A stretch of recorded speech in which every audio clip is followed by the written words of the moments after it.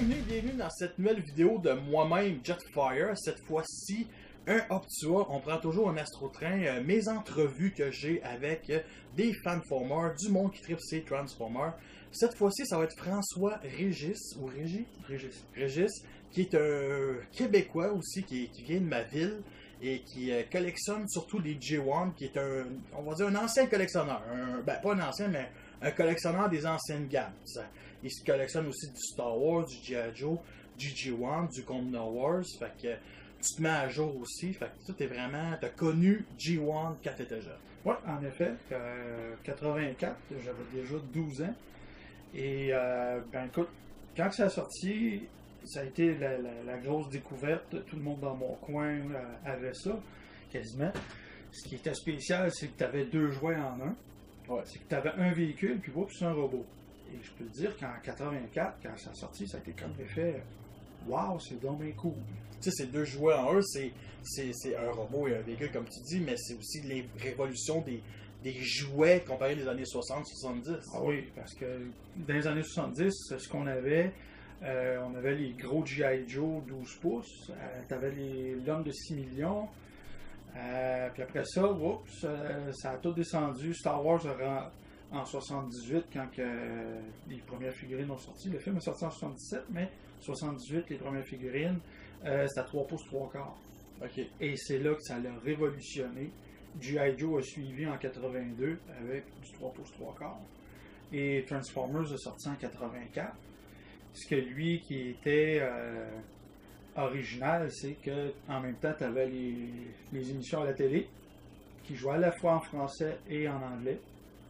Et puis dans ce temps-là, tu avais comme une guerre, tu avais les GoBots d'un côté, tu avais les Transformers de l'autre, et tu avais un paquet d'autres affaires, tu avais les maîtres de l'univers. Écoute, cette période-là des années 80 en jouets et en univers de figurines, c'était spécial. Ah oui, c'est sûr. Je suis même pas. Je suis né fin 80, puis je peux te dire que les jouets des années 80 sont pour moi quelque chose de, on va dire, plus intéressant puis bien plus symbolique que les jouets des années 90. Ah ouais, les jouets 90 aussi, ça continuait beaucoup. Il y a eu une période, c'est sûr, à la fin des années 90, moi j'avais comme arrêté de ramasser des jouets, ces affaires-là. Puis je remarquais surtout que c'était vraiment mal fait. Il n'y avait pas de quoi qui avait un impact comme Transformers ou encore Star Wars. Ça a pris la fin des années 95-96 quand les Star Wars sont revenus. Ouais. Transformers a comme subi des... c'était Beast Wars. Tu parles-tu un peu des G2? Ou... G2, ça a été nostalgique parce qu'ils ont repris les comics puis ramené ça. Mais G2, moi, ça ne m'intéresse pas. J'ai passé au travers ça. C'est ça. Quand tu collectionnes du J1, puis t'es toutes, t'as déjà tout ce que tu veux. Les G2 ils ont des couleurs plus flash, fluo. Début 90, c'était ça, la mode. Ouais, ça déguise un peu. Quand je pense aux Constructicons, moi, dans ma tête, les Constructicons sont vert fluo avec un mauve, et non pas orange et bleu. Jaune aussi. Par contre, Devastator jaune en G2, je pense, je l'ai eu quand j'étais jeune, je le trouvais quand même beau. Ah, moi, c'était des couleurs réalistes. C'est probablement parce que je les ai trop vus dans ces couleurs originales, et quand je l'ai revu comme ça a été comme... Non, j'ai abandonné. Beast Wars, j'ai écouté un petit peu les émissions de télé, puis j'ai pas embarqué. Moi, ça me prenait Optimus Prime, je le vois mal en gorille, et je le préférais mieux encore en camion. Ouais. Mais bon, c'est du Transformers. Aujourd'hui, il faudra peut-être que je me retape les émissions. Je vais te dire, franchement, moi, je me considère comme un défendeur de Beast Wars. Puis Beast Wars, c'est une des... Tu sais, je parle de la série, c'est meilleur côté scénario comparé à G1. Ah, probablement. C'est parce que c'est 10 ans plus tard, c'est pas juste pour vendre des jouets. Tu sais, ma génération, moi je suis né fin 80, ma génération est vraiment Beast Wars. Tu sais, quand le monde s'attaque à Beast Wars, je me sens un peu interpellé, mais ils ont le droit, parce que moi aussi, Beast Wars, quand j'ai vu ça, ça a fait, je veux des véhicules, je veux des voitures, je veux des camions, mais j'ai accepté qu'il faut accepter aussi que Transformers, c'est des animaux.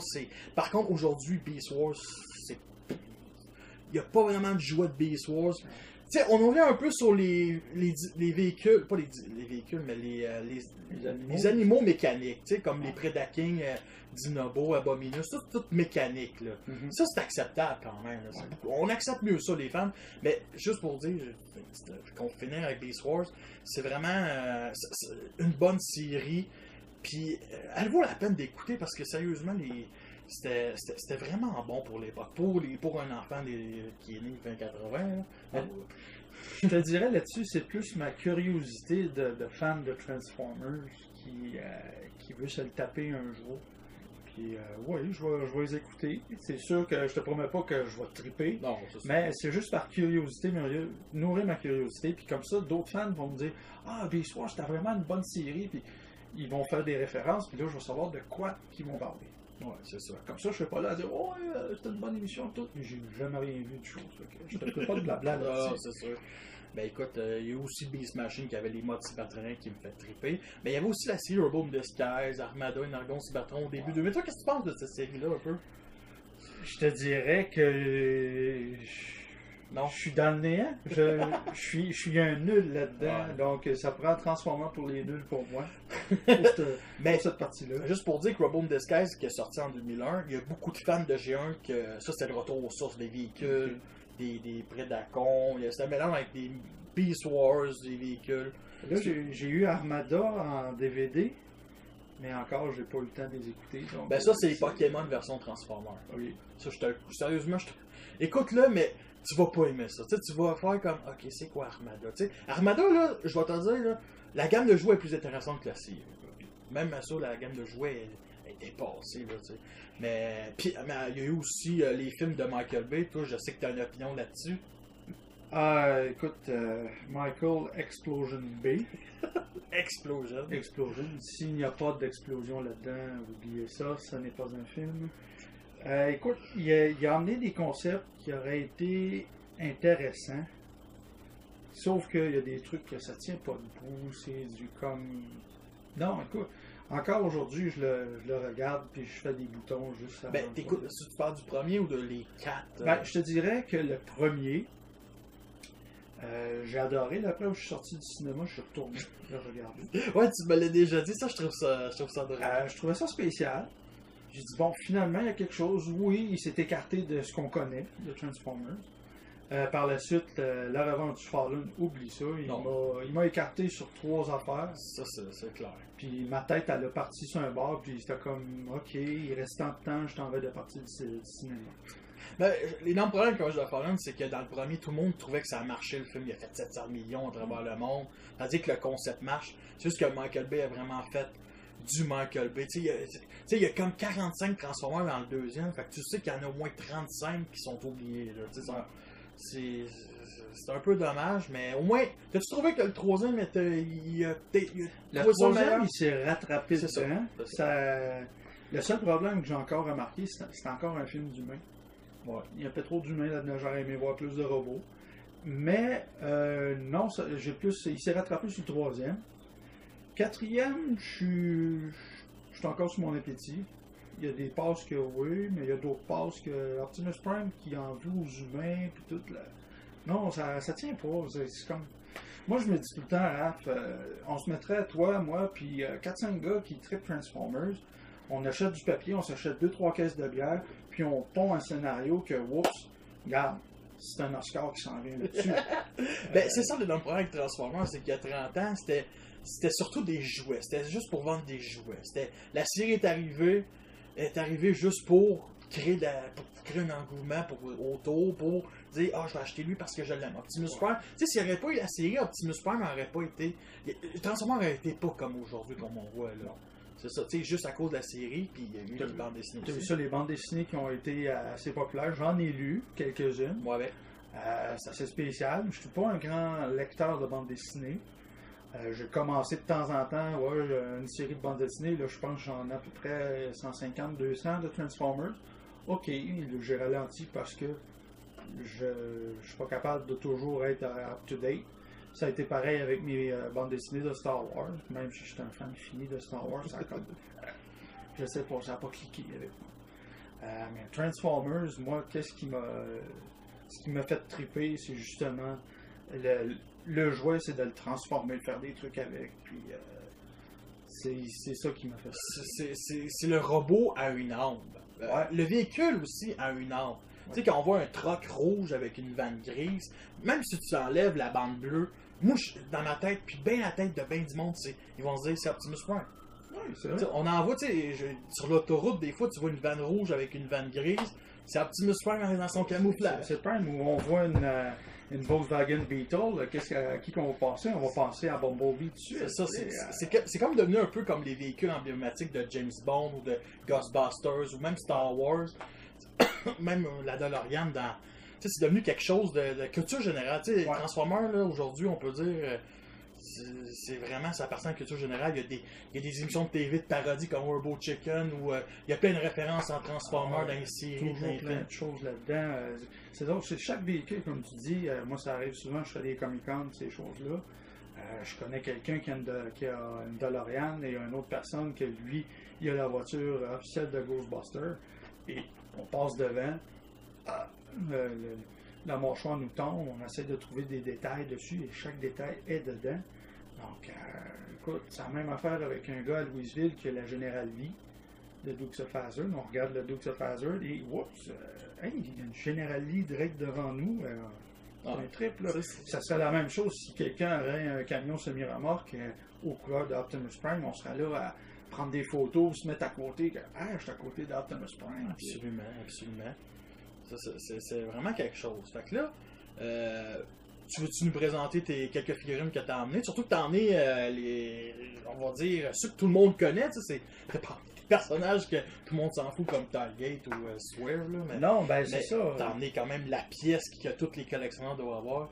Le G1, c'est une réédition? Non, c'est tout ce que tu vois là-dedans, c'est du G1. Le Optimus Prime, la réédition, les parts sont coupées à moitié, je pense. Ouais, j'en ai un. Je l'ai moi aussi, puis il n'y a pas de pipe partie d'ici. Il y a juste une petite, 1 centimètre ou 2-3 mm, puis le reste c'est coupé. Ouais, c'est-tu pour les enfants? Je ne sais vraiment pas pourquoi ils ont décidé de faire un truc de même. Moi, la première fois, j'étais content de l'avoir parce que j'avais pas trouvé lui encore. Je me suis dit, hey, cool. Puis là, des coups, je regarde sa boîte, tu vois les pipes, mais il n'y a pas de pipe dessus. T'es comme, what the fuck?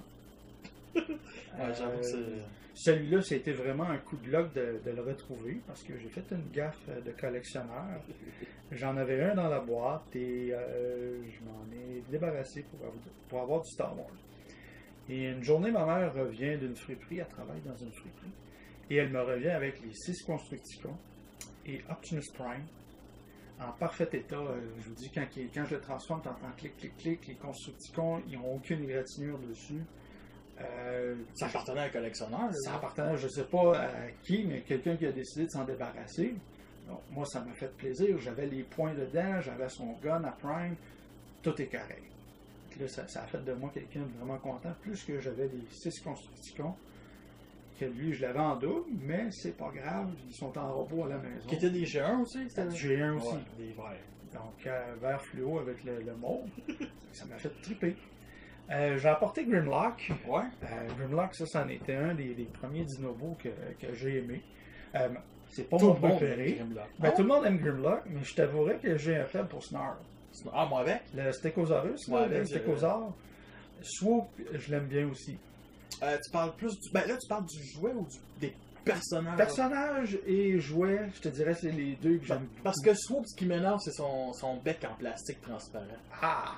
Ouais, ça c'est un détail. Ouais. Ça, mais en termes de robot, je trouve qu'il y a des belles jambes. Il y a de quoi qui m'a fait toujours triper dans le programme. Puis, non, c'est ça qui m'a fait triper chez lui. J'ai apporté Astrotrain. Qui est le premier. Ben, lui et Between, ils ont sorti sûrement de la même C'est les deux qui ont sorti en même temps à l'époque. Mais j'ai un fait pour Astrotrain parce qu'à l'époque, j'aimais la navette spatiale. Tout ce qui était navette spatiale. Et aussi les trains. Oui, t'es un collectionneur de trains. Je fais partie d'un club de train, d'un modèle ferroviaire. Donc, puis ce que je trouvais le fun à l'époque, c'est un de mes amis qui l'avait, puis il m'a fait triper quand on jouait à Transformers, c'est que c'est un 3 jouets en 1. On monte, je pense, Astrotrain, c'est en 85 qu'il est sorti. Oui, c'est un an après 84. Donc, quand tu voyais ça, tu as 3 possibilités de le transformer. C'est encore comme un challenge. C'est comme, wow, hey, j'ai 3 trains, j'ai un train, j'ai une navette spatiale, j'ai un robot. Ou si tu as Blitzwing, j'ai un tank, un jet. Mais moi, personnellement, je préfère Blitzwing parce que je trouve qu'il fait plus de Decepticons. Lui, on m'aurait dit que c'est un Autobot, j'aurais cru. Ah ouais? Ben, à cause de ces 2 modes alternatifs. Ah, peut-être. Le Ils train, sont moins guerriers. C'est ça fait moins guerrier, mais ça reste que c'est un bon personnage, puis les couleurs sont belles, là, blanc et violet, là, c'est... Moi, c'est ça qui m'a fait triper chez Astro Train. Puis en même temps, ben, c'est un des premiers triple changeurs. Puis le concept, écoute, c'est encore aujourd'hui, même si on a refait un peu avec Springer, Sandstorm. Ben, il vend aussi en NK. C'est vend un aussi, des premiers jouets de la gamme classique que j'ai acheté en version japonaise. Qui était un Deluxe, mais l'énorme problème, c'est que les 2 parties du train, le cockpit du train est séparé en 2 sur les ailes de la navette. Puis là, ça fait quelque chose d'assez laid. Par contre, il existe des compagnies tiers de Torward ou l'autre, je me souviens plus trop, qui l'ont fait eux-mêmes, puis c'est vraiment magnifique. Tu sais, c'est un bon personnage, puis j'espère vraiment qu'il va revenir. Moi, sérieux, c'est un personnage vraiment oublié. Il est le fun, tu sais. Ouais, c'est ça, c'est un personnage. Y a-t-il une épée? Non, il y a un gros fusil. Il y a un gros fusil. Il y a un gros fusil. Je sais pas où ça te sort, le gros gun de main. Il est quasiment de la hauteur de la figurine. C'est Blitzwing qui a une épée. Ouais, Blitzwing, il y a une épée, puis il y a un gun aussi. Ouais, c'est comme. Non, c'est ce qui est drôle, c'est de voir le gros gun dessus. Mais bon, pas grave. Il peut-tu se mettre en mode alternatif, le gun? Ou en mode. Il n'y a aucun. C'est ce qui est dommageable de la série G1, c'est à l'époque. On pouvait pas. Les armes, tu les gardais sur toi. Tu pouvais pas faire comme aujourd'hui. Je vais m'en revenir plus tard avec ça, une comparaison. Le nouveau, ce que tu as montré dernièrement avec Blur, moi, ce qui me fait flipper de cette figurine-là, de ce robot-là. Là, tu parles de Blur Generation? Le nouveau Blur Generation. Ok. C'est. Tu mets les armes dans les portières, oui. C'est comme si tu as des holsters. Ouais. Le gun, tu peux le mettre dans le dos, il est accroché. Puis transformé en véhicule, le gros gun, il est en dessous du robot. Ça paraît pas, tout est correct. Quand tu joues avec, tes armes, tes os. T'en as un jouet, puis tu peux le transporter comme. Ouais. Puis pas perdre les perdre. C'est sûr que le gun en dessous, quand il est accroché, tu peux le perdre, mais les 2 fusils, t'as de la misère à les perdre. C'est ça. Comparé, c'est ça qui fait ce que Transformers Génération 1 est difficile de trouver entier, c'est que la plupart du temps, les armes, les accessoires, on les perdait. Écoute, si tu perdais pas tes affaires, tu étais quelqu'un de vraiment minutieux. Si tu les perdais, il y en a, je connaissais, ils ont perdu un aile sur un Starscream. Ouais. C'est comme. Il peut plus voler, il peut voler à moitié. Non, mais laisse-moi te dire, t'es vraiment traîneux. S'il faut que tu perdes un aile, je suppose que l'aile est assez grosse. Ça se peut pas. Il y a une différence entre une aile et un missile. Ben, c'est ça. L'autre que j'ai apporté, c'est Starscream. Que je déteste. Ego. Oui, Ego en français, c'était Ego. Québécois, c'est vrai. Et, ben écoute, ça a été un de mes premiers. Ben, mon premier, c'est Thundercracker que j'avais eu. Je l'ai encore, il est à la maison. Starscream, ben, c'est plus le fait qu'il a toujours essayé de faire une passe à Megatron. On sait comment est-ce que Starscream, c'est quelqu'un qui est croche, qui est opportuniste. Mais non, écoute, le choix pour emmener mes Transformers était assez difficile. Surtout dans le G1, il y avait Soundwave, Blaster. Écoute, la liste, on n'en finit plus. Non, c'est ce qui était trippant, ben oui, c'est Ego. Mais. Tu peux le mettre sur l'avant aussi pour montrer aux gens. Ce qui est déplorable là-dessus, encore une fois, comparé à aujourd'hui, avec la nouvelle série des Transformers qui a été faite. Classique, surtout parce que c'est ça. Tu vas sortir un de tes Starscream où les points, tu peux les replier, ils vont être rentrés dans l'avion, les missiles, c'est la même chose. Tandis que celui-là, on joue encore, on enlève les points et on a des risques de les perdre. C'est en plein ça. Donc, c'est ça qui fait que... Mais moi, j'ai jamais aimé ce jouet-là. Ben, je parle du look. Je peux pas parler. Le mode véhicule, c'est sûr qui est beau, c'est un F-15, mais le look, c'est un look qui date des jouets des années 80. C'est un peu comme la Ronald puis Ratchet, mais en moins pire. Tu sais ça, Ronald Ratchet, je sais pas si t'es ça, toi. Non, je les ai pas encore. Je les ai pas réussi.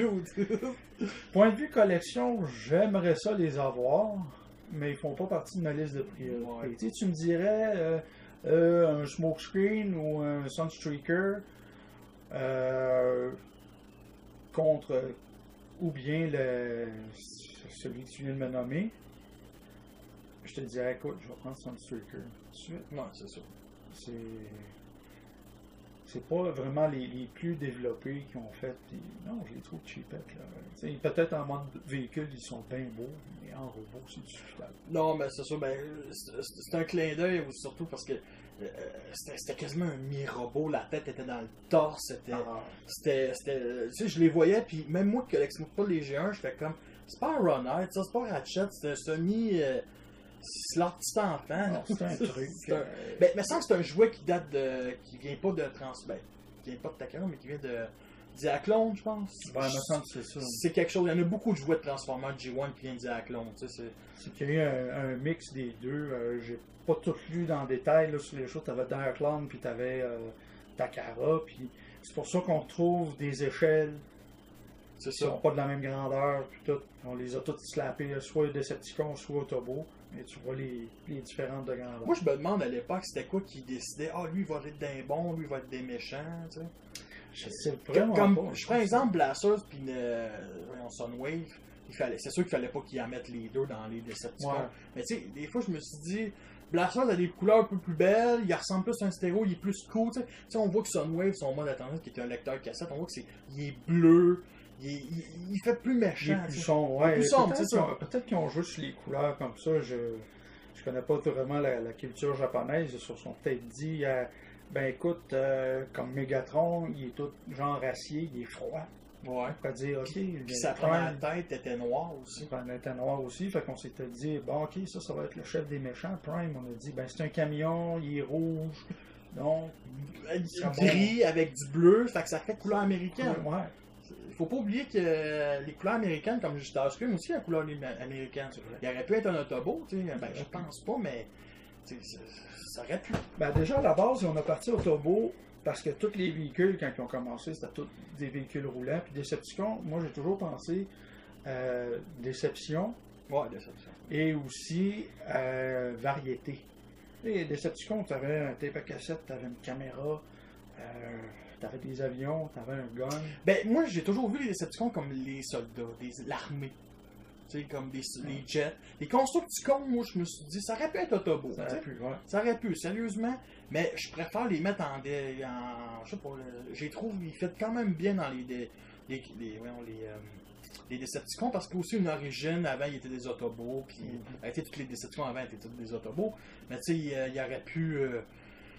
Les Dinobots auraient pu être des méchants aussi. Ah, il y aurait pu. C'est dépendant comment ça a été décidé. Puis, écoute, moi, je respecte ça. Je te dirais, c'est ça qui me fait triper de Transformers, c'est que tu vois un univers de trucs, que ce soit des véhicules roulants, des avions, des choses en même. C'est ça que je trouve trippant là-dessus. On a trouvé d'autres affaires qui étaient encore spéciales, comme des insectes. Oui, les insectes, t'as emmené la boîte. J'en ai la boîte parce que j'aime ça avoir une ou deux boîtes. Là, présentement, à la maison, j'ai cette boîte-là qui était de... T'as-tu joué? Oui, j'ai le jouet à la maison. Il est sous mes tablettes avec le reste de la gang. Ce qui me fait triper sur les boîtes, ben, c'est le côté histoire. C'est que moi, ça me rappelle, c'est le côté nostalgie aussi. Parce que quand ça a sorti, j'allais chez Kmart, Canadian Tire. Qu'est-ce qu'il y avait? On n'avait pas de Toys R Us dans le coin. Tout ce qu'on retrouvait, il y avait Woolco, oui, c'est vrai. Tu retrouvais les boîtes comme ça qui étaient mauves pour les Decepticons et rouges pour les Autobots. Avec les carrés. Les carrés ça m'a toujours fait triper. C'est ça, je trouve, qui est vraiment cool, qui est le fun d'avoir au moins 2-3 boîtes. Moi, c'est pas pour la question que ton Transformers, il va encore plus cher, et tout ça, parce qu'il y en a qui font beaucoup de spéculation. Non, moi, c'est plus personnel. Ça me rappelle que mon enfance, je les achetais comme ça. J'ai cette boîte-là, puis Six Shot à la maison. Celui qui se transforme en 6. Oui. Ce qui était le fun à l'époque, c'est que tu avais les tech-specs à l'arrière et tu te promenais avec ta petite bande rouge qui donnait dans la boîte, tu mettais ça là-dessus et tu voyais les forces de ton Transformer, son endurance, son intelligence. tous les détails que tu pouvais avoir dessus. C'est ça qui me fait triper. Moi, c'est des boîtes comme ça. Non, c'est sûr. C'est la même chose dans ma collection de G.I. Joe. J'ai 2 boîtes d'époque de G.I. Joe. Dans le Star Wars, c'est pareil. C'est l'effet. C'est pas... Ah, il y a des boîtes pour faire l'argent, tout ça. Non, je m'en fous. C'est pour moi. C'est uniquement dans le but de collectionneur.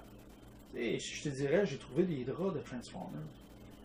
Ça rentre dans ma collection. Oui, mais tu vas-tu t'abriller avec? Ça arrive des fois. Moi aussi. Je vois des draps ou un coussin, là. J'ai des vieux draps de Transformers de cette époque-là. Puis, ouais, je m'enroule dedans, je vois plus qu'un son dedans, puis c'est tout. Est-ce que tu as des figurines que tu gardes en boîte ou que tu as regretté, tu voulais les garder en boîte? Ou là, présentement... t'es vraiment, tu veux manipuler le jouet, tu l'achètes, il est à toi, tu veux manipuler. Ah, moi, c'est de le sortir. Ouais. Parce que je pense à 2 choses. Un, c'est beau de le garder dans le bois ou dans son sur 4, le blister. Mais il y a un problème. L'espace. C'est de le serrer, c'est de le mettre. Et en plus, tu l'as acheté pour le transformer. C'est comme... Ça te chicote à un moment donné, tu le regardes, tu dis « Ah, j'aimerais ça. » Tu sais, si on calcule comme Combiner Wars, tu vois le gros robot, soit Superion, Manosaur. Ben, si tu les as achetés, c'est parce que tu veux les unir ensemble pour voir quelle grandeur qu'il va donner. C'est en plein ça. Moi, c'est ce côté-là que je vois. Il y a 2 personnages, il y a 2 figurines que j'ai pas déballées à la date. Un, c'est que il est dans une boîte japonaise. Ah. Et ça fait assez spécial. Et c'est qui? C'est Ultra Magnus. Oh! Qui est en génération 1. Ok. C'est pour ça que je ne l'ai pas sorti. Peut-être un jour, si je me retrouve un autre Ultra Magnus. C'est ça que je me suis dit, parce que moi, je sais pas si les gens voient à la maison, mais moi, j'ai un scrap metal Cybertron rouge, et que je l'ai pas encore ouvert, pour la simple raison que je l'ai déjà en jaune. Fait que je connais le jouet. Puis, j'ai un Optimus Prime G1 réédition de 25e anniversaire, qui est encore dans une boîte, mais je l'ai eu quand j'étais jeune, fait que je sais c'est quoi le jouet, et j'ai la version classique qui représente bien entendu. Fait que d'une certaine manière, je vois pas l'intérêt de se sortir, parce qu'une autre manière, je veux le faire signer. Je veux pas le vendre, je pense pas, mais je veux. C'est une pièce de collection pour moi. C'est comparé à Scrap Metal qu'un jour je vais sûrement le sortir, puis c'est juste qu'il est beau de même. L'autre Transformer, c'est la réédition d'Optimus Prime avec les petites pipes qu'il y a dessus. Ok, oui. J'en ai un là. C'est ça. J'ai même 2 Optimus comme ça. J'en ai un que lui, les jambes ont été cassées. Je le garde juste en mode camion. Puis, il y a lui qui fait partie, qui est sur mon étagère à la maison. Ok. Puis, écoute, ça reste comme ça. L'autre, il va rester dans sa boîte parce que ça me donne quoi d'en avoir 2 de sortie. C'est ça. L'autre, ça fait cute qui est dans sa boîte, même si c'est une réédition, c'est pas grave. Sinon, toi, celle-là, des fois, tu l'ouvres, tu le mets en hauteur. Parce qu'il faut pas oublier que la base d'Optimus, on peut la mettre en hauteur. Ouais, j'ai jamais fait ça. Veux-tu le faire? Je dis ça de même, hein, moi. On peut essayer de le faire. Parce que. Moi, quand j'étais jeune, j'ai jamais fait. Puis, je sais pas s'il y avait quelque chose sur le top, mais là. Non, tout ce que. Quand je le faisais, quand j'étais jeune, c'était ça. Oui, c'était la station de bataille. L'ouvrir comme ça, puis.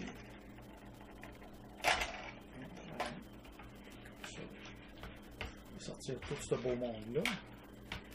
Là, tout ce qui est missile et tout ça, je l'ai laissé à la maison. Je n'ai pas tout sorti. Station de réparage.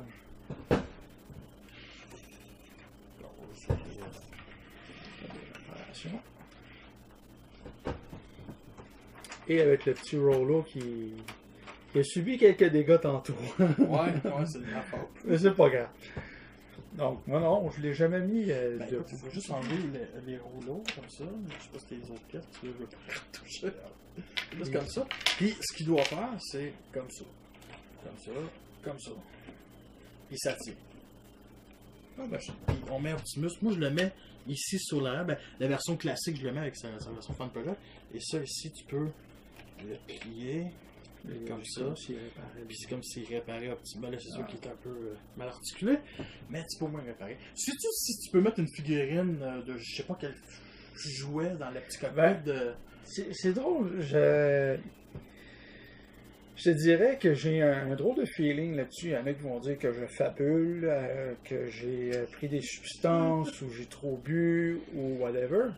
Mais je me souviens, une année dans dans le catalogue consommateur, il y avait une photo dans le catalogue et il y avait un Optimus avec 2 mini-personnages.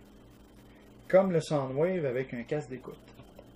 Ah, ouais. J'ai vu ça. Écoute, j'ai pas je trouve pas d'Alzheimer, je trouve pas de rien, mais il me semble que j'ai déjà vu ça. Ça serait une recherche à faire, mais écoute, c'est comme trouver une aiguille dans Parce que tu sais, c'est vraiment, tu ouvres ce cockpit-là, puis il y a quasiment les manettes, il y a un siège, tu peux mettre. Tu peux quasiment. Je dirais pas une figurine micro-machine, mais ça y ressemble un peu parce que. Un peu plus articulé, plus action fluide comme Star Wars. Là, Prime est comme ça aussi. On y rouvre le câble et tu as déjà des sièges à l'intérieur. C'est ça. Donc, est-ce qu'il y a déjà existé, peut-être au Japon, qui ont sorti ça, puis ici en Amérique, qui ont dit écoute, on ne touchera pas à ça. Même Roller, il y a des petits. Il y a des sièges, puis il y a des sièges. Ouais. Il n'y a pas juste des sièges, mais il y a des petits pins aussi qu'on peut mettre des personnages. Donc, c'est sûr que je dirais ça a peut-être sorti au Japon. Parce qu'on sait comment est-ce qu'ils rentrent dans le détail, eux autres. Et puis à Hasbro, quand ils ont décidé ça, ils ont dit écoute, on touchera pas aux figurines. Nous, c'est une série robot. Ouais, c'est ça. On n'a pas d'humains là-dedans. C'est ça. Tu sais, même les séries Target Masters et Masters, on nous dit que c'est des humains dans des costumes, dans des armures. Mais on ne met pas des personnages humanoïdes, comme la série Human Agnès de Dark of the Moon. Non, c'est ça que je vois. Puis même les Dinobos, moi je me souviens. Attends, voyons, je cherche son nom là. Snarl. On rouvre le devant. Il y a quelqu'un qui peut. Il y a un personnage qui peut rentrer dedans. La même chose avec les Insecticons. Oui, ils ont des cockpits. Des cockpits. Donc, est-ce qu'il y a eu quelque chose là-dedans? Moi, je suis sûr qu'au Japon, si c'était du Diaclone, cette compagnie-là, ils ont peut-être fait quelque chose comme ça. C'est à vous, les fans, de nous le dire. Informez-nous là-dessus. Je suis sûr qu'il y a quelque chose qu'on pourrait savoir de plus. C'est ça. Parce que j'en entends jamais parler de vraiment. Puis moi aussi, je le vois, des cockpits qu'on peut s'ouvrir et mettre les petites figurines. C'est juste que ce qui est assez surprenant, c'est qu'il n'y a pas encore assez de compagnies tiers pour les figurines G1. Ils se sont dit, on va faire des petites figurines d'humains. Je sais qu'il existe pour le Masterpiece, le MP10, une figurine de Spike qu'on peut mettre dans dans le cockpit ou d'Optimus ou dans le cockpit dans le genre de tourelle. C'est vrai. Puis je trouve que c'est ça qui manque aujourd'hui. On nous dit que c'est des Transformers dans les milieux humains. Fait qu'il aurait fallu des personnages humains un peu. Ben, c'est parce que même si même c'est pas ça, là. Même si Transformers c'est pas juste ça. Là. Ben, t'as raison là-dessus, parce que écoute, même si on regarde Bumblebee, le Masterpiece qui est sorti, Spike est avec son sou. Ouais, son sou de. Donc, pourquoi qu'ils ont fait ça? Puis là, on a comme tendance, on dirait que c'est comme un petit teaser qu'ils ont fait. Bon, on va mettre Spike là-dedans. On sait que Spike a été un personnage important dans la série G1. On laisse ça comme ça, puis non, moi c'est sûr que si tu es capable de rentrer dans le détail le plus possible, regarde un Prime, si j'aurais fait Sparkplug puis Spike en même temps, ça aurait été juste cool. C'est juste du bonbon supplémentaire pour le fan collectionneur. Ouais. Tu sais, c'est sûr que ça ne nous empêchera pas de dormir, mais tu te dis, écoute, il aurait pu faire ça, il aurait pu innover. Ben, écoute, je sais que t'es fan de Lego, mais je trouve la gamme Combiner Wars, Takara, Enki, ceux qu'on a, puis ceux que j'ai, les figurines Lego fit quand même avec les jouets. Ben, fit, ils rentrent pas dedans, là, mais fit côté grandeur. Ben, fit. Je trouve les bonhommes Lego un peu trop larges, là, mais ça fit quand même. Je me souviens, j'avais fait un Spike puis une Michaela, là, sur dans mon bac de Lego, là. Ben... non, j'ai jamais... C'est une autre affaire que je fais pas, c'est de mélanger les univers. Je suis quelqu'un qui regarde Transformers, même s'il y a eu des crossovers avec G.I. Joe. Les G.I. Joe sont dans une section, les Transformers sont dans l'autre. Puis non, on mélange pas. Je pense que je suis vraiment... On va m'appeler le terroriste maintenant. Mais j'aime bien aussi juste montrer, je sais pas si c'est les collants d'origine ou t'en avais trop, mais c'est vraiment chouette comment ils sont encore mis dessus, sont vraiment détaillés. Ils sont pas maganés. Il y en a un qui décolle. Non, je te dirais, c'est encore un autre de mes bons côtés. Je suis pas quelqu'un qui est vraiment brise-fer de mes jouets. Comparé à moi. Je te dirais, à la maison, j'ai encore du vieux Fisher-Price qui date des années 73, 74, 75, qui sont encore pareil comme si on les aurait achetés dans les boîtes. Mes Tonka, c'est la même affaire. J'ai jamais été rough avec mes jouets. Les Star Wars, c'est la même chose. J'ai encore mes figurines, ils sont pas maganés. Oui, j'ai perdu mes armes. Il y en a d'autres que j'ai retrouvé des armes. Il y en a d'autres que j'ai racheté des armes. Mais non, tout est... Ben, c'est ça qu'il faut que, comme collectionneur. Moi, je brise des affaires, souvent je le répare. Puis des fois, ça fait chier de perdre une pièce. Tu sais, moi, c'est surtout dans les déménagements, parce que on va dire, depuis que je collectionne, tu sais, je fais attention, j'ai un bac de missiles, puis je mets toutes les pièces que j'aime pas, comme plein de missiles là-dedans. Puis je garde les armes, mais des fois, il y a à travers... écoute, j'ai perdu une figurine dans un déménagement, puis je la retrouve plus, puis c'était, je sais pas si tu connais le petit roller qui se vendait avec l'arche de Dark of the Moon. Oh, lui, je le souviens pas, mais je me souviens de Il y avait un petit robot qui se vendait avec un genre de véhicule de lune, un petit dérobeur de lune, puis c'est pas une figurine, tu sais, je m'en fous, là, je l'ai perdu, tu sais, c'est pas une figurine emblématique que j'ai perdue, c'est une petite figurine de même que je m'en fous un peu, mais ça fait juste chier. C'est plate parce que quand tu te mets à collectionner, tu te dis dans ta tête à toi, ben regarde, je l'avais cette chose-là. Même qu'un autre collectionneur peut arriver, puis sans être méchant, on va dire, oh, là, il est pas complet, il te manque le... Ouais. Ça fait toujours chier. Tu sais que tu l'as eu avec, puis il y a comme un incomplet qui se fait. Mais, tu sais, comme je disais, c'est un personnage que je m'en foutais un peu. Mais, pour moi, quand j'ai acheté l'arche, c'est la figurine gratis avec. Okay. Mais moi, ce qui m'importune vraiment, c'est perdre un fusil, perdre une arme. Il y en a des affaires que j'ai. Depuis une couple d'années, je perds moins. Je suis capable de garder complet. Mais des fois, quand tu perds de quoi, une petite pièce, là, puis ça fait, tu sais, des fois, un canon, puis des deux canons, des affaires comme ça fait chier, puis... Non, c'est pas le fun. Non, c'est ça. Moi-même, j'ai un Computron à la maison. J'ai un. J'ai pas perdu le point. Je l'ai trouvé dans un marché aux puces. Mais malheureusement, il me manque un point. Tu l'as au complet? Je l'ai au complet. Avec même les petits fusils? Là. Ah, tout le monde a leurs armes, tout. C'est juste le point qui me manque. Donc, je recherche activement un point gauche. Mais j'en trouve pas. C'est comme mon Predator King. Il y a 2 points pareils. Ah, ok. Tu t'en as trouvé un... Ouais, ben, quand je l'ai trouvé, il était... je me suis aperçu de ça à un moment donné en le dépoussetant. Ah, regardons ça, il y a 2 points pareils. C'est sûr que d'un côté, ça gosse. Mais il est sur la tablette. Il y en a un autre devant. C'est ça. Fait que ça paraît pas, mais oui, il y a 2 points. Mais c'est parce que c'est pas bon. C'est encore quelque chose qui chicote. C'est souvent, des fois, la certification... Pas la certification... Non, excuse-moi. Je pense, exemple, aujourd'hui, comme No Wars, il y a du monde qui chiale, comme je prends exemple, la version Protectobo, t'as pas la Moto Groove, à cause, ça fait pas vraiment, t'as la Groove qui se vend plus petit, qui se met sur le torse. Il y a beaucoup de gens qui chialent, ce pro n'est pas sorti, il faut que tu payes cher pour l'avoir. Puis, au fond, ils la jettent pareil à la place de garder leur argent pour acheter une version plus chère. Mais dans leur tête, ils sont satisfaits, mais il y a encore quelque chose qui fait que sont pas... C'est vrai que là-dessus, je te dirais, je jamme un peu. Alors, j'ai complété Minosaur. Le pick-up, c'est pas Wild Rider. Dans Superion, j'ai pas toujours acheté l'autre qui manque pour Alpha Bravo. Que je déteste. Moi, c'est Slingshot. Ouais, c'est ça. Mais...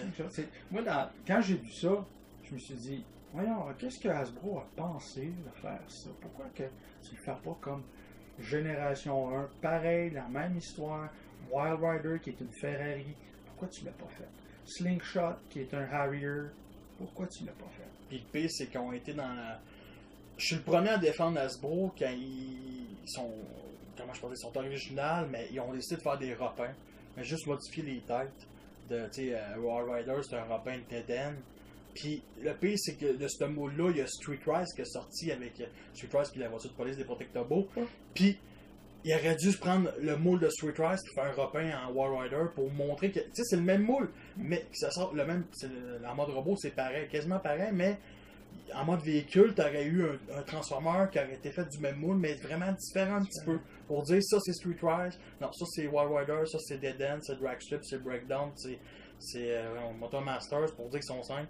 Même affaire avec Slingshot. Puis, d'une part, tu sais, le résultat, sur mon étagère, il est en gros combineur. Fait que, tu sais, ça me dérange un peu mais le résultat est en combineur. Ouais. Fait que tu peux modifier, comme moi je me souviens, Wild Rider, il est un pied, Dedan est un bras, donc c'est déjà bon. Par contre, Slingshot puis Firefly sont deux pareils, sont les deux bras. Fait que là, Firefly, les fameux les ailes, j'en ai un que je mets plus à l'intérieur, l'autre je mets plus à l'extérieur. Tu sais, j'essaie de montrer qu'ils sont différents, mais qu'arrêter. Je suis capable de. C'est ça, de m'adapter puis d'accepter ça parce que Superion comme War, c'est le moins cher parce qu'il existe un TFC qui coûte 600$ puis qui coûte extrêmement cher. Puis qu'en plus, le mode de Silver Ball, c'est un. Tu sais, les jets furtifs là, comme Jetfire dans le deuxième film. Ouais, c'était un SR-71 Blackbird qui était fait. C'est un modèle comme ça. C'est un. Je te dirais, c'est plus les nouveaux bombardiers de l'armée américaine. C'est parce que dans G1, c'est un Concorde. Ouais. Puis aujourd'hui, c'est un véhicule militaire. TFC ont fait ça. Puis, même si t'es en mode combineur, tu te dis toujours, il faut vraiment, c'est quasiment fait pour dire aux gens, laissez faire G1, ça date de 30 ans. Bienvenue aujourd'hui. C'est ça qu'ils disent. Mais en même temps, il faut vraiment pas que ça te dérange. C'est le Bolt là, qui soit. J'ai une version Ultra ici. C'est pas un Concorde, c'est une version militaire d'un véhicule Concorde qui n'existe pas, mais c'était correct, puis il fallait l'accepter, mais je préfère comme le Silverbolt de Combiner Wars qui ressemble vraiment à un Concorde. Ouais. Non, c'est ça qui est cool. Moi, ça m'a pas affecté. Quand je l'ai vu, ça a été les transformations. Ce qui est super le fun maintenant des nouveaux Transformers, c'est que tu peux lui faire n'importe quelle position. OK, je veux pas dire des mauvaises choses sur le G1 parce que j'ai grandi là-dessus. Ben oui. Moi, ça a été ça mes heures de plaisir. Mais Prime, tu le regardes, il est toujours de même. C'est une brique. Un autre, tu peux faire un move comme, je me souviens, à la maison, mon Blur, ben, il est dans une position quasiment comme ça, tu sais, le gun dans les airs, un gun qui te pointe, puis oups, une jambe passée là, l'autre. T'as pas vu mes photos que j'avais faites? J'avais mis Blur comme ça à terre avec son sniper. C'est ça, je pense que tu l'as vu. Puis tu peux vraiment faire une position sniper, puis ça fait vraiment beau. Dans mon étagère, il n'est pas même parce que ça te prendrait de la place. Mm-hmm. Mais tu sais, aujourd'hui, il y a 30 ans, c'est une brique. C'est une brique. Ouais. C'est toutes des briques. Les bras sont comme ça bouge plus. Tu peux pas articuler de même. Il y a sûrement quelques exceptions. Peut-être Omega Supreme, je dis ça de même. Ouais, Omega, tu peux y faire des trucs de même. Me semble, Skyfire, tu peux y faire une chose comme ça. Mais c'est des gros aussi. C'est des gros. C'est ça. Eux autres, tu payes plus cher, donc ils doivent être un peu plus articulés. Ils ont plus d'articulation, mais règle générale, tu n'en avais pas vraiment. Tandis qu'aujourd'hui, ce qui est trippant, ben regarde tantôt quand tu m'as fait. Ouais, là, c'est ça que j'allais montrer. Quand tu m'as fait taponner lui, ben regarde, suite j'ai mis une position comme une jambe qui est par là, l'autre jambe est droite, un bras plié, la tête retournée. Tu peux le mettre pratiquement dans n'importe quelle situation. Tu sais, s'il y a son arme, Mais ce que je trouve un peu dommage avec cette figurine, par exemple, c'est qu'elle est beaucoup plus intéressante que la version G1, mais il y a des choses qui sortent lentement. Tu sais, peut-être dans la version G1, tu aurais les pieds qui seraient repliés, même la version G1, ils sont tellement petits. Ouais. Mais tu sais, ici, il manque juste une étape pour les jambes des pieds qui replient. Parce que les Combiner Wars sont faits extrêmement simples, mais comment je pourrais dire ça? Ils révolutionnent rien. Tu sais, sont vraiment. Parce que Hasbro a révolutionné avec ça, mais ils révolutionnent rien. Parce qu'Hasbro, les combineurs qu'on fait depuis une couple d'années, t'avais les Energon, t'avais la version Supreme de Devastator, t'avais la version Boticus qui est très très laide. Ouais, Cybertron. Ouais, c'est ça, mais qu'il fallait acheter un upgrade pour ça. Mais tu te rends compte qu'Hasbro, elle dirait qu'ils sont comme. Pas qu'ils. Ils sont en train de découvrir des nouvelles affaires. Ils régressent. Ils régressent, mais ils essaient d'évoluer en même temps. Parce que, tu compares les... Écoute, j'ai déjà 2 combineurs. J'ai Hercule de Devastator puis Warbartron. Eux autres sont articulés. Si tu peux faire des positions, sont loin d'être parfaits. Parce que, faut l'avouer, je l'avais dit, Devastator, Combiner Wars, qui est vraiment gigantesque. Je sais pas si tu l'as déjà tenu dans les mains. Non, il penche pas en avant. Il est très léger, il penche pas en avant, il tient bien, il tombera pas. Mais la version Hercule, le torse est trop lourd, donc il penche un peu vers l'avant. Mais la qualité de plastique est meilleure. C'est pas la même. C'est ça, c'est pas la même. Fait que, tu sais, les compagnies de sang nous donnent des jouets pour des pièces de collection de 100$. Tu payes pour la qualité. Puis Hasbro, c'est. Tu payes 200$ pour un Devastator, puis la qualité est pas au rendez-vous, puis. Tu sais, c'est correct comme. Parce que Devastator, pas l'Hercule, mais le Commoner War, je l'ai vu, puis je l'ai tenu dans les mains, puis je le trouve pas si mauvais que ça. Là. Non, ben, c'est pas hot, mais c'est pas. J'ai déjà vu pire. bon, il est le fun. Tu sais, je suppose que tu l'as dans ta collection, tant mieux. Regarde, moi, je l'ai vu. Je me suis dit, wow, cool, vraiment. Puis quand je l'ai vu, je l'ai tenu, puis j'ai plus pensé, ah non, je vais laisser tomber parce que, c'est le manque d'espace que j'ai trop. Fait que j'ai repensé à mon affaire, puis j'ai dit, j'ai oublié. Mais en parlant des articulations, tout ça, tu disais que sont maintenant rendus simples à transformer. Mais les articulations, eux autres, ça, c'est vraiment, sont extraordinaires. Mais les transformations, je les trouve simples. Ils sont rendus tellement simples, je peux dire, c'est peut-être parce que l'expérience que j'avais sur un autre emploi que j'avais, on a eu beaucoup de retours de Transformers parce qu'ils n'étaient pas capables de les transformer. Oui, puis ça, c'est-tu arrivé dans le temps du deuxième film, puis deuxième, troisième film? Deuxième, troisième film, beaucoup de Optimus Prime, puis les gros. Le revanche de Fallen. Il y en a, les gens les retournaient après les fêtes, parce qu'avec mon petit gars, il y a 5 ans, il n'est pas capable de le transformer. Ben ça, c'est ça l'énorme problème avec... on voit la différence de qualité entre le deuxième film et le troisième film, puis même le quatrième film. Dans le deuxième film, moi je l'ai, le Revenge of Fallen, je trouve. Tu sais, pour un collectionneur, c'est magnifique. Je sais pas si tu l'as, le Leader Class Revenge of Fallen. Non, je l'ai pas. J'aimerais ça en avoir un. Mais... Il est magnifique, les articulations, la transformation. C'est une des meilleures figurines que j'ai de ma collection. Puis je suis capable de le dire, puis en plus, ça vient du film. Ouais. Mais tu sais, c'est vraiment quelque chose. Puis ils ont sorti, dans le troisième film, on les a vus, qu'il était un peu plus simplifié. Mais le quatrième film, c'était épouvantable comment c'était simplifié.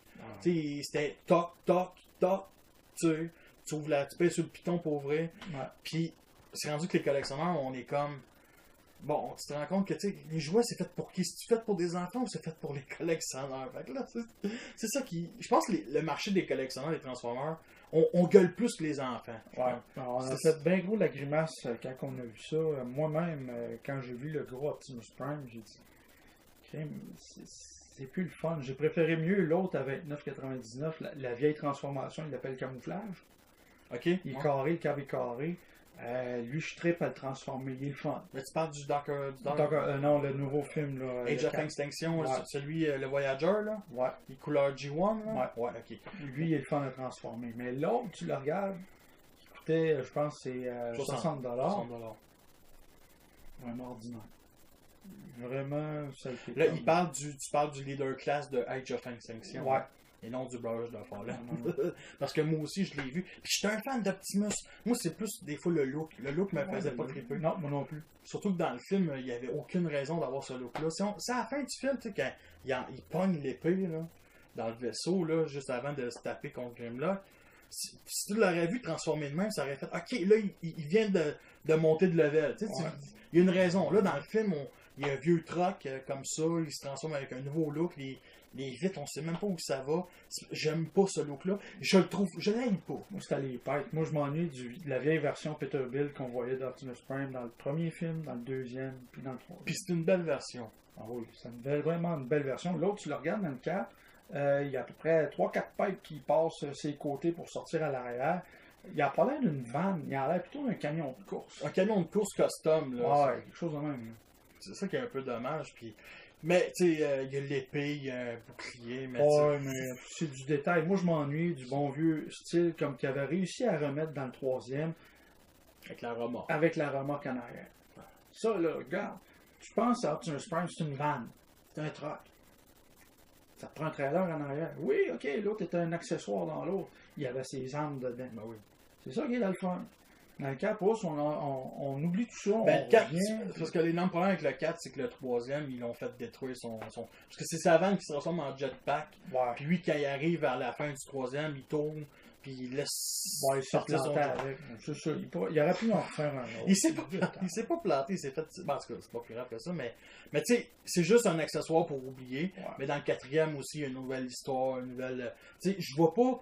Parce que Optimus, c'était cool avec un jetpack, mais si on refait encore Optimus avec un jetpack, C'est redondant. C'est ça. C'est comme dans le deuxième film avec Jetfire, je trouvais ça cool, parce que c'était avec Jetfire. Dans le troisième film, c'était nouveau, c'était pas un autre Transformer, c'était une remorque.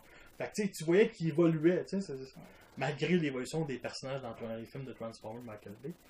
Fait que, écoute, J'ai décidé de les mettre en mode de transformation, juste pour le plaisir des yeux, même si on peut les avoir vus des milliers de fois. On a Starscream ici, en F-15. Oui, j'ai oublié de mettre les missiles, j'ai dû penser. il y a un gros cockpit, pareil. Oui, c'est ça, lui aussi, je te dirais que... Tu peux l'ouvrir puis On mettre peut une l'ouvrir. figurine. Il y a probablement une figurine qui rentre là-dedans. Donc, s'il y en a un parmi vous qui est capable de trouver la raison, je pense que c'est Diaclone au Japon qui ont inventé des figurines, ou si vous savez la vraie raison, ben faites-le nous savoir, ça sera vraiment cool, puis on pourra partager l'information avec tous les fans de Transformers. Astrotrain, je l'ai mis en navette spatiale parce que Lui, je veux le toucher. il est vraiment cool. Ah, il est lourd en plus. Ah, il est pesant, hein. Moitié métal, moitié plastique. Ça, c'est un jouet que c'est. Springer, puis lui, là, quand j'étais en garderie, 20 ans, là, je le connaissais. C'est un gars avec. Là. Ouais, mais je pense qu'il n'y avait pas de cockpit où il manquait des morceaux. Je me souviens d'ici qui se remettait, mais Springer, je trouvais qu'il ressemblait à une aspirateuse de l'espace. Ouais, le devant. Ouais, le devant. Moi, je l'ai mis en hélicoptère, mais en véhicule, là, Il est c'est comme vraiment ouf. beau. On passe à côté. C'est vrai qu'il est vraiment beau. C'est vrai tu l'as mieux en véhicule ou en hélicoptère? En hélicoptère? Je l'ai mis en hélicoptère. Ouais, c'est vrai que ça sortait mieux. T'as plus cool. T'as aussi Optimus qui est un classique. Prime, c'est un classique. Surtout, moi, j'aime les camions, les vannes, ces choses-là. Donc, Mais moi, ce que j'aime avec Optimus puis Grimlock, puis moi, j'aime bien les tailles. Je trouve que les deux fait ensemble. Tu veux dire les têtes? Non, mais Grimlock, la taille, elle fit. Ouais. Vraiment, même si Grimlock, elle doit être plus gros, mais tu sais, il peut suivre. Là. Il est quand même haut, là, comparé à la vanne. Là. Il avait une bonne hauteur. Sludge aussi, lui, il est un petit peu plus haut, puis avec la tête. Là. Grimlock, oui. Un autre qu'on aime bien. Puis je pense que ici, il y avait les Dinobots, il y avait de quoi en arrière. Ben, vois-tu? Un genre de siège. Ah, c'est pour ça que les versions Fan Project, qui est une compagnie de sœurs, ils ont ressorti avec des Target Master, puis je trouvais qu'il n'y avait pas rapport. Sûrement un clin d'œil à ça, puis il y avait vraiment, je pense, une partie que tu pouvais mettre sur le top. Probablement parce qu'on voit Sludge et Snarl. Tu peux ouvrir l'intérieur comme le chest, puis tu peux mettre quelque chose dedans. Donc, c'est pas assez gros pour mettre une arme. Non, mais quand on était jeunes, nous autres, on faisait semblant de cacher des cubes énergons avec un 2x2 en Lego, puis on mettait ça là-dedans. J'avoue, c'est rare. Donc, ben, merci François pour ça. Rien. Mesdames et messieurs, nous sommes rendus à la grosse critique de Metroplex, parce que tu l'as aussi, toi aussi, ce jeu. Oui, j'ai Metroplex. Tu l'as aussi en G1, je pense. Non, malheureusement, je ne l'ai plus en G1. J'ai fait une gaffe de l'échanger pour du Star Wars à l'époque.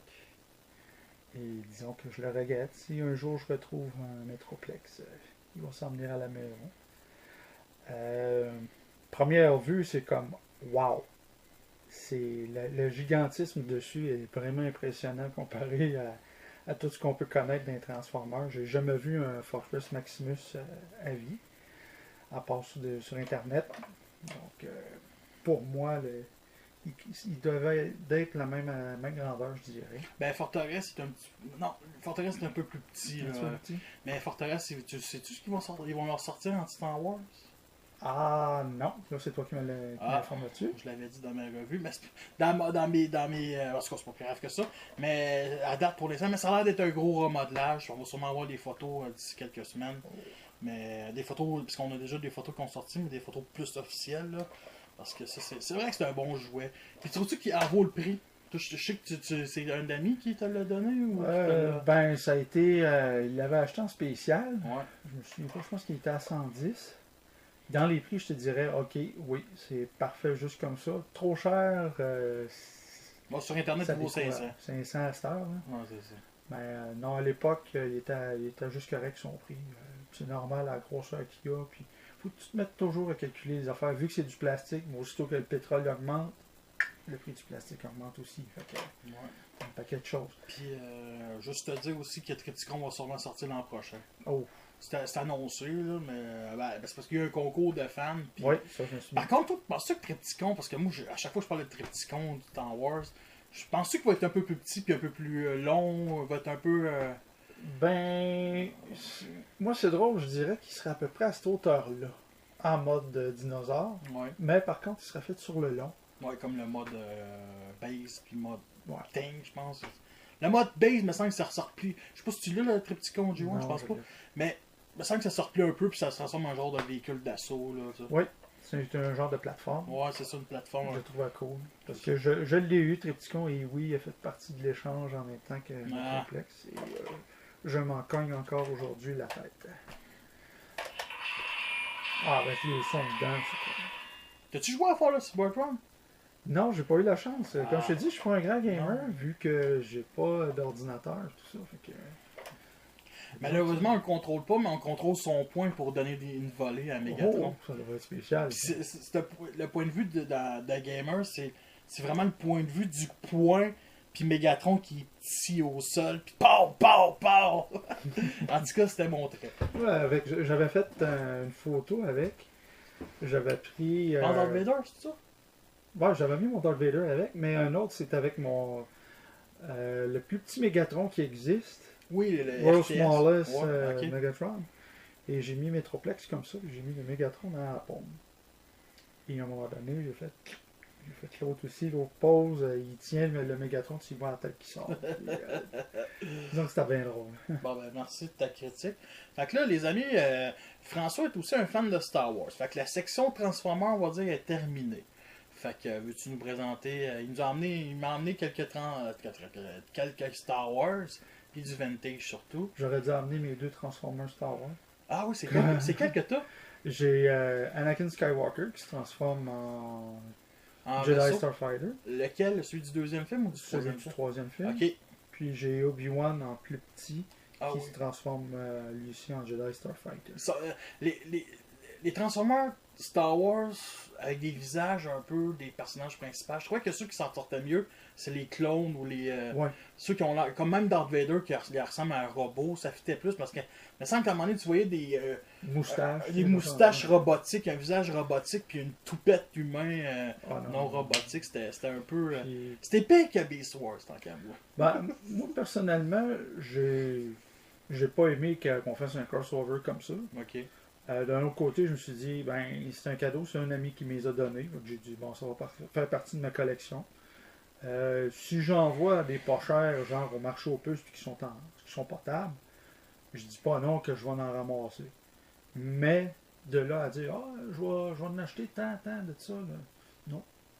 J'ai pas, Ok. j'ai pas C'est pas une collection de gamme principale. Non. Tu mettras pas beaucoup d'argent là-dedans. Puis même encore aujourd'hui, je sais pas dans quoi les mettre. Je les mets-tu dans ma collection de Ah. Transformers ou dans ma collection de Star Wars? Ouais. Moi j'en ai juste un, c'est le Republic Cruiser du troisième film. Puis je l'ai acheté pour justement le vaisseau, tu sais. Non, Parce que j'aime vraiment le vaisseau, tu sais. C'est vraiment beau celui-là. Ouais. Donc j'ai emmené quelques figurines. J'en ai d'autres qui sont dans ma mallette. Donc disons que c'est des personnages principaux comme Darth Vader, Obi-Wan, R2, C3PO, les 2 versions de Han Solo petite tête et Han Solo grosse tête qui est sorti en 78. Tout ce qu'il y a ici, c'est des figurines originales qui ont sorti en 78. Le film est sorti en 77, mais à l'époque, Tu penses-tu, juste pas pour couper la parole, ils ont vu le succès du film, puis ils ont fait les jouets pour que ça sorte un an plus tard, ou les jouets étaient déjà disponibles en 77 aux États-Unis, non. puis au Canada c'était 6 mois plus tard? Non, malheureusement, à l'époque, Star Wars, ils disaient tous que c'était pour être un film qui était pour échec. durer l'été. Ouais. Puis après ça va sombrer dans l'oubli, puis on va oublier ça.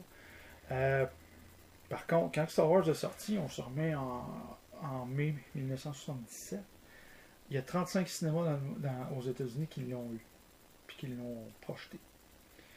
Il y a eu un engouement. Là, place-toi dans un contexte, pas d'Internet, pas de téléphone cellulaire. Le seul moyen de communication sont les journaux, la radio, la télé.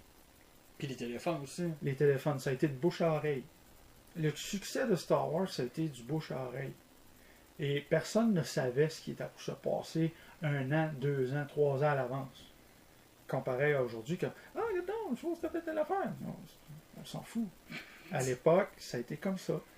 Et ce qui a été drôle, il y a eu un tel engouement que là, les gens voulaient avoir de quoi de Star Wars. Fait que oui, on a sorti les t-shirts avant, on a sorti les macarons, on a sorti les puzzles. Il y en a qui se sont dépêchés, ont fait des jeux de table, des jeux de société. Mais ce qui était en figurine, ça prenait déjà 1 an pour produire quelque chose. OK. Donc, on tombe en 1978. 77, on arrive à le film. On vend déjà un paquet qui est vide. Et qu'on dit, entre telle date en 78 et telle date en 78, on vous livre les 4 premières figurines. Oui, j'avais écouté un documentaire là-dessus. C'était sûrement Luke, Darth Vader, Yann puis Leia? T'avais Chewbacca, OK. Léa, R2 et Luke. Luke, je l'ai pas mis, il est dans le kit. Puis il en vaut pas la peine de le voir. Et à cette époque-là, tu achetais juste la chose en carton, tu avais des stickers dedans et le certificat que tu remplissais puis tu envoyais ça chez Kenner. OK. Et entre telle date et telle date en 78, on t'envoyait les 4 premières figurines de Star Wars. Moi, je me souviens à l'époque, ma première... C'était-tu juste aux États-Unis ou c'était partout dans le monde ou juste en Amérique? Ça a sorti juste aux États-Unis, OK. cette chose-là. Ils appellent ça le Early Bird Certificate, le certificat. Par contre, ici au Canada, je me souviens, la première figurine, c'était un Stormtrooper que ma mère m'avait acheté. Et on était dans la période des fêtes de décembre 78, et là, ça commençait à sortir. OK, donc quasiment 1 an et demi plus tard. Quasiment 1 an et demi plus tard. Et encore à cette époque, le film jouait en salle. Encore? Encore. Ah, ben ça, c'est dans le temps où Beta puis VHS n'existaient pas. Il n'y avait rien là, qui existait. OK. Et oui, il y a certains cinémas, pendant 1 an de temps, ils ont fait rejouer Star Wars. Puis il y avait encore autant de popularité que... Ça veut dire qu'il a fait beaucoup d'argent. Ah oui, il a fait beaucoup d'argent. Je te dirais, à l'époque... On peut-tu dire que c'était quasiment le plus grand succès à cette époque-là? À cette époque-là, ça a été le plus grand succès. Regarde, c'était un film déjà qui était condamné à dire « Ok, il va passer sur les écrans, à la fin de l'été, on n'entend plus parler de ça. » Mais quand tu te rends compte que le Men's Chinese Theater, qui est un des cinémas... je te dirais, c'est une image de ce cinéma-là qui a l'air d'un grand temple chinois à Hollywood. Oui. À l'époque, dans une seule journée, et l'étiquette était à 4$,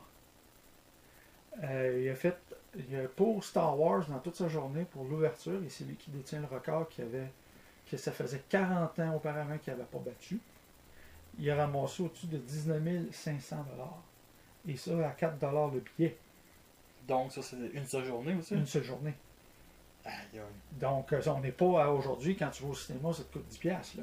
Et, coûte 5$ aussi. 13-14$ Ouais. quand tu achètes les lunettes 3D. Donc, c'est ça que ça a fait un... 55$ avec le popcorn. Ouais. Fait que ça a fait déjà un succès phénoménal. Et là, les produits dérivés ont rentré. Lucas a tout gardé ça pour lui. Il a pris une clause dans son contrat qui a dit ben, je m'occupe, tout ce qui va être figurine, n'importe quoi, l'argent, ça va être à moi. Hollywood se sont dit bon, regarde, tu ne feras pas une pièce avec ça, on te laisse la chose. Donc, pendant juste l'année de 78, il s'est vendu pour à peu près, je te dirais, pour 4 millions de produits dérivés Star Wars.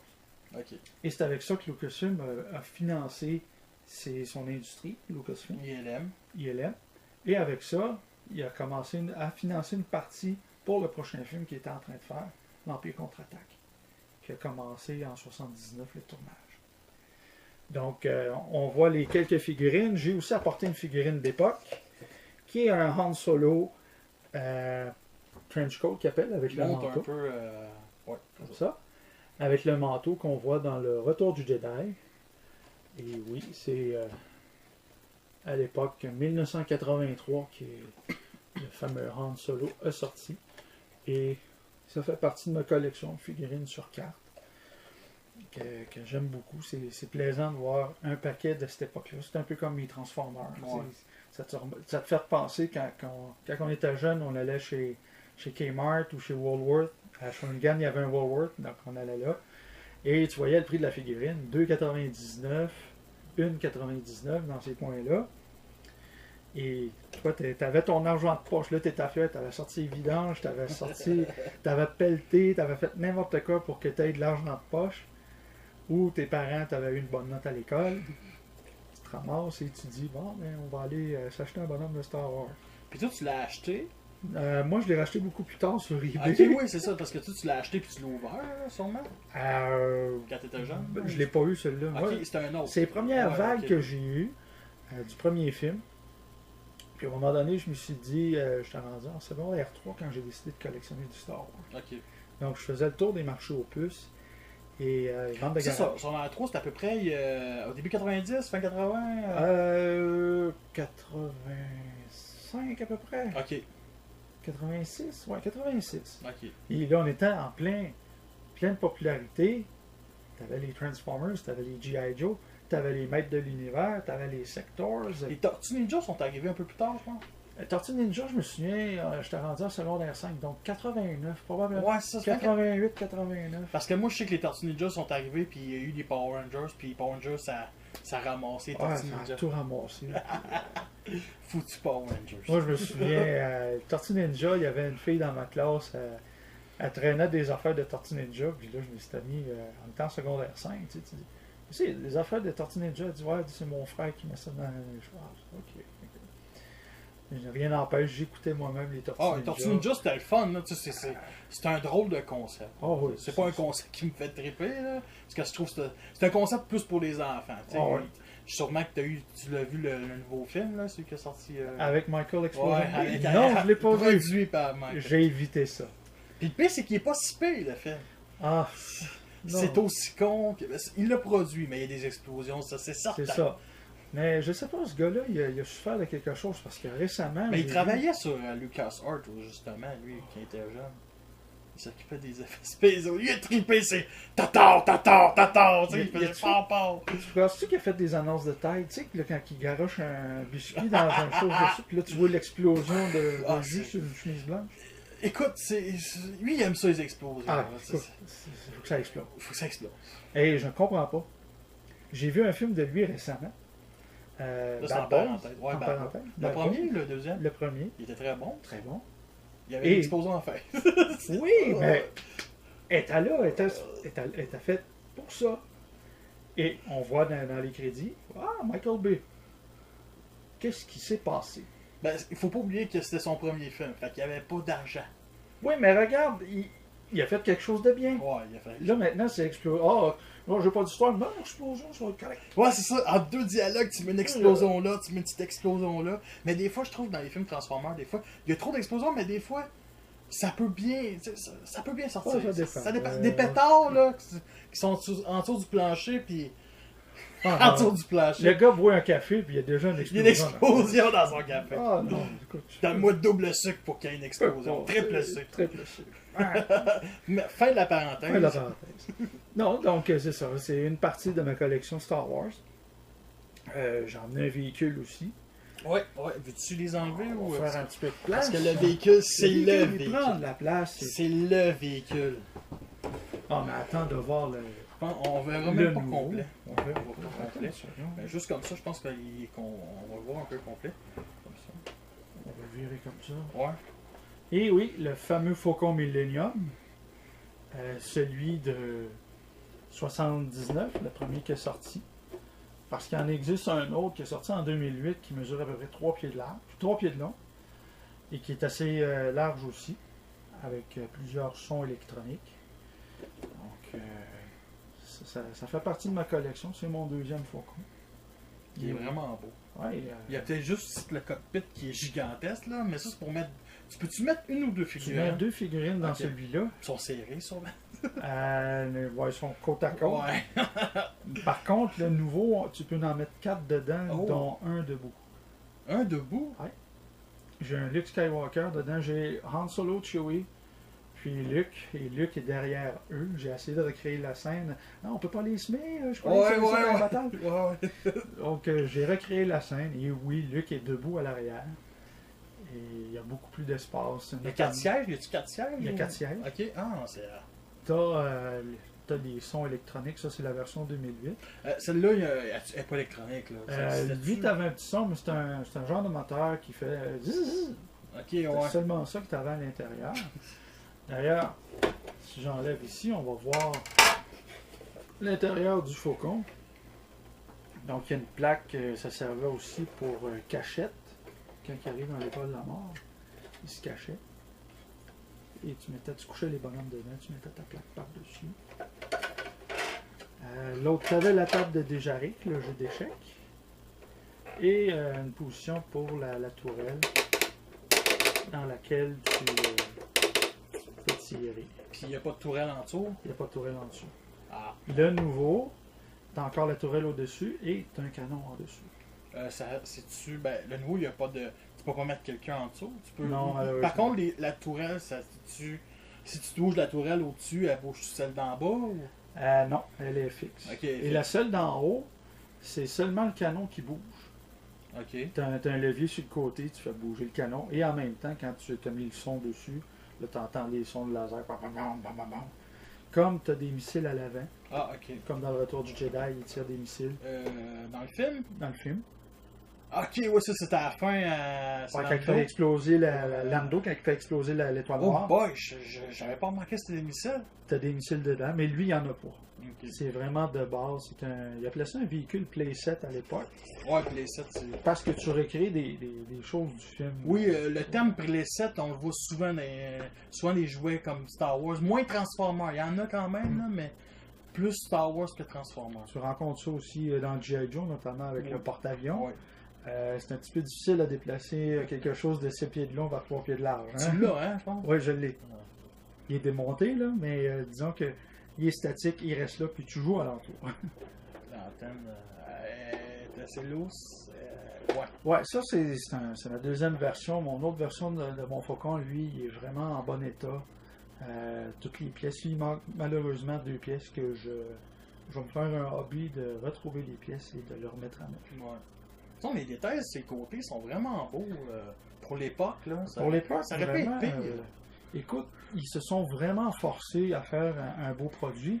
Puis d'ailleurs, Hasbro, Kenner, à l'origine, et après ça, c'est Hasbro quand ils ont racheté Kenner, ils ont gardé le moule jusqu'en. Regarde, début des années 2000, il y en a un autre d'une série de Star Wars qui est sorti, c'est encore le même moule. C'est une réédition. C'était une réédition. Mais le moulage est pareil. Okay. C'est le moule original du Faucon Millennium. Ok. Ah ouais, tant que ça. Oui. Et c'est là, ils ont voulu refaire un autre Faucon en 2008, mais pour 2008, et ils se sont aperçus que le moulage était craqué. Oh! Écoute, depuis 79, on est rendu en 2000 quelques, ouais. On se sert du même moule. Ça veut dire qu'ils en ont fait beaucoup d'argent. Ils en ont fait beaucoup. Et là, ils ont décidé, OK, on repart de la table à dessin, et on repart de A à Z. Okay. On refait tout dedans. Et puis c'est là que. Y a-tu sorti entre le début 2000 puis 2008? En as-tu sorti un autre un peu plus petit? Parce qu'il y en a sorti dernièrement pour le 7e film. Ouais, pour le 7e film. Parce que je sais que la tourelle du 7e film, je sais pas si tu l'as vu, elle se remet sur le top. Ouais, j'ai pas compris le concept de ça. J'aurais cru même que celui du moule de 2010 aurait été repris pour le Faucon, sauf qu'on aurait changé l'antenne pour une antenne carrée. Rectangulaire. Hein? Mais encore là, non. Hasbro a décidé de partir sur un autre bar. C'est pas mauvais aussi, là. Je pense que celui-là, ça a été plus créé pour les enfants. Ouais. Tandis qu'un collectionneur sérieux, c'est vrai que le Faucon, le dernier, il n'est pas donné. Il vaut à peu près dans les 200.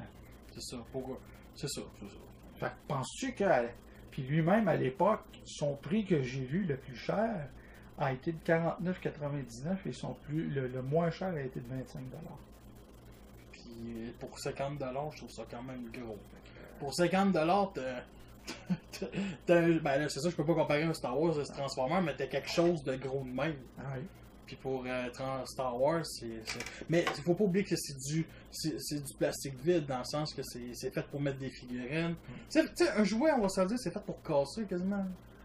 Je veux dire, si tu casses, c'est pas fait pour t'offrir des millions d'années. C'est ça qui est spécial, c'est que tu as des jouets que, regarde, Star Wars, l'année prochaine, ça va faire 40 ans que ça existe. Donc, oui. On est proche, là, on est dans le 38 ans au moins, parce que si on calcule que les jouets ont sorti en 78. Ouais, c'est ça. Donc, on est dans le 38 ans. On a plus de 35 ans. Là, donc, plus de 35 ans que ce jouet-là est encore, on le retrouve sur nos tablettes, qu'on peut le trouver encore en ligne ou dans des marchés aux puces. Et c'est comme les générations 1, les G1 dans Transformers. tu les retrouves encore. Ouais. Tu sais, t'es comme. C'est spécial. Ça. Ils ont été tough. C'est tout dépendant comment tu t'en sers. Si t'es là, le garocher en bas du deuxième, ou comme certains, j'ai entendu des histoires d'horreur, tirer du carabine à plomb dedans. Ah!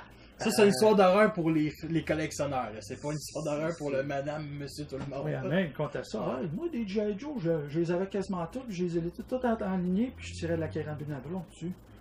Et là, aujourd'hui, ils repensent.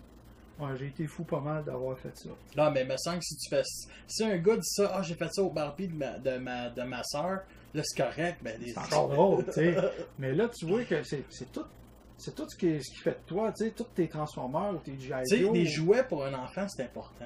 C'est là que tu commences ta personnalité. Tu sais, moi, sans Star Wars, sans des jouets de même, je pense que j'aurais jamais autant trippé sa science-fiction.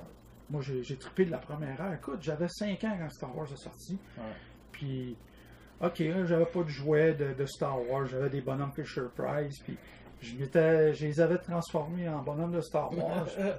Écoute, j'ai trippé jusqu'à temps que ma mère m'arrive, puis c'est quoi ce bonhomme-là? Puis quand j'ai vu que c'était un Stormtrooper, je l'ai vu, tu sais. C'est clair. Puis, regarde, ça a marqué mon enfance. Jamais, j'allais à l'école, j'étais au primaire, tous les gars dans ma classe avaient des bonhommes de Star Wars. Qu'est-ce qu'on faisait à la récréation? On jouait au bonhomme de Star Wars. La journée que la prof, vous pouvez amener vos jouets aujourd'hui. Mes chums, ils amènent son X-Wing. Moi, j'emmène 2-3 bonhommes de Star Wars. Il y en a un autre, fait 3 bonhommes. Moi, j'avais un X-Wing, puis je pense que tu l'as peut-être. C'est celui qui est sorti des années 90. Si tu faisais sur R2D2, puis il activait les ailes. Non, je l'ai pas acheté celui-là. Ok, je l'ai eu, moi, puis c'était le X-Wing cheap un peu, là. Il m'attirait pas parce que. Ah non? Non, parce que le look, tu pouvais pas le sortir de dedans. Oui, c'était un cockpit qui s'ouvrait. C'est juste R2D2 que tu pouvais pas sortir. Non, je l'ai pas acheté. Même que quand les nouvelles figurines, les nouveaux les nouveaux véhicules, je les ai pas achetés. J'ai juste acheté 95 quand les nouveaux se sont sortis. Il y a quelques-uns que j'avais pas dans ma collection. Là, je les ai achetés. Faucon, j'en ai pas racheté un, j'en ai un. Ouais, c'est ça. X-Wing, c'est la même affaire. Landspeeder, c'est pareil. Fait que je ramassais les figurines, les vaisseaux. Le A-Wing. OK. Lui, je l'ai ramassé parce qu'il est sorti à la fin de production, en 85. Ah oui, tu parles? Et oui, okay. Ouais. Et lui, j'ai pas mémoire de l'avoir vu dans la région seulement. Ouais, parce que ça, on peut bien parler des collectionneurs. Il y a des figurines qui sortent à Montréal, qui sont une ville à 2 heures de chez nous. Montréal, c'est quoi, 3 millions d'habitants. D'autres, en Mauricie, on a, je sais pas combien d'habitants, mais tu dois avoir moins de stock. Tu sais, le ratio n'est pas pareil. Mais maintenant, c'est rendu plus difficile avec les sorties de figurines avant ça. Transformers, dans la Mauricie, je parle surtout des Transformers, on les a, mais juste une ou deux fois. C'est un peu pareil. Star Wars aussi? Ah, okay. Hasbro, c'est pareil, ça fait la même chose. Puis c'est rendu maintenant qu'on va aller à l'extérieur, on va aller à Québec, on va aller dans Toys R Us à Québec, ou Walmart à Québec, ou Toys R Us à Montréal, puis Toys R Us à... pas Toys R Us, mais Walmart à Montréal. Puis on retrouve les mêmes produits, sinon aucune chose de nouveau comme nous autres. Ils sont pareils. C'est comme la minute que tu vois un Transformers que tu sais que tu l'as pas ici, dis-toi pas, je vais attendre, je vais essayer de le pogner par chez nous.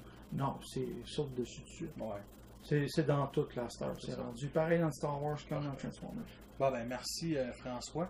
Pour conclure, as-tu une petite anecdote où, tu sais, quand tu étais jeune, tu jouais avec tes Star Wars avec tes amis, comme tu disais, ton enseignante, vous pouvez venir avec vos jouets à l'école. As-tu une anecdote, le fun? Il y en a une.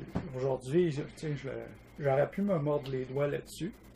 C'est qu'un de mes amis, il avait la figurine de Boba Fett, qui est un des personnages populaires. Que je déteste parce que je sais même pas pourquoi Boba Fett est populaire. Très populaire. Et moi, j'avais C3PO. Okay. Donc, C3PO, pour moi, je l'avais eu en cadeau. Et en plus, je le trouvais vraiment cool. Il est tout en or. Là, oui. Et puis, mon ami me demandait tu veux-tu me l'échanger contre mon Boba Fett? Puis moi, j'ai dit non, je te l'échange pas, je le garde pour moi. Puis, il était toute la journée à m'achaler pour que je le prenne pour Boba Fett. Et Boba Fett, je le connaissais pas. Et C3PO est complètement en or. Fait que j'ai dit non, je vais le garder. Boba Fett n'est pas en or. C'est pour ça. Mais Boba Fett, je l'ai trouvé plus tard quand j'ai commencé à chasser les marches aux puces. Okay. Et justement, toi qui connais un peu plus Star Wars, juste avant de finaliser ça, pourquoi Boba Fett est populaire? Je sais qu'il est populaire plus des BD, puisqu'il a survécu dans Retour de Jedi. Ouais, on le voit pas survivre, bien entendu.